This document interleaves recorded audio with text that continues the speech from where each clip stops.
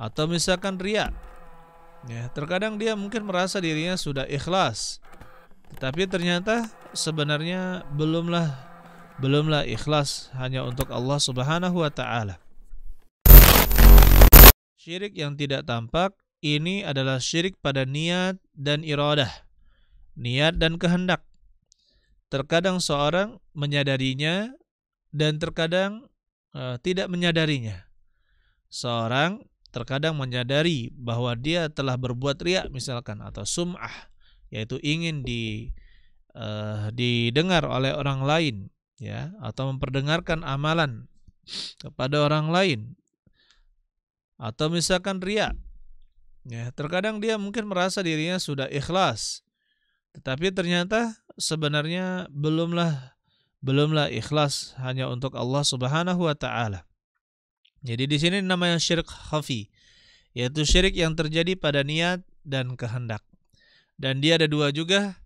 Ya, dia ada dua, ada yang disadari oleh pelakunya dan ada yang tidak disadari oleh pelakunya.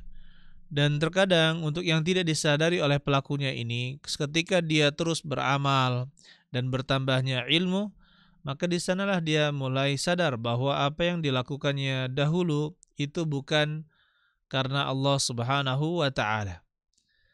Ya, seperti misalkan ada seorang teman ketika saya safar, ya, dan mengisi kajian di luar daerah, beliau berkata, "Ustadz, dulu saya ketika ikut halaqah ini atau aliran ini, saya ini semangat untuk beribadah, saya semangat baca Al-Quran, saya semangat puasa sunnah, saya semangat sholat malam. Tapi kenapa ketika ikut kajian yang bermanhaj salaf ini kok semakin lemah? Ya, semakin lemah, terasa berat sekali untuk sholat malam, terasa berat sekali untuk baca Al-Quran, dan terasa berat sekali untuk puasa." Maka kita katakan, ayol ikhwan, ya, saya katakan yang tadi itu ya sebenarnya adalah karena riya, ingin dilihat dan diperdengarkan kepada yang lain. Karena di sana ketika dia beramal akan ada laporan-laporan. Puasa tidak Senin Kamis, puasa Daud. Ada yang misalkan sholat malam berapa rakaat, ini diceritakan kepada orang lain, ya, tidak disadari bahwa dulunya dia itu telah berbuat riya, yaitu ingin dipuji, ingin dikenal oleh orang lain. Saudara-saudara sekalian yang mudah-mudahan kita semua dirahmati oleh Allah Subhanahu wa taala.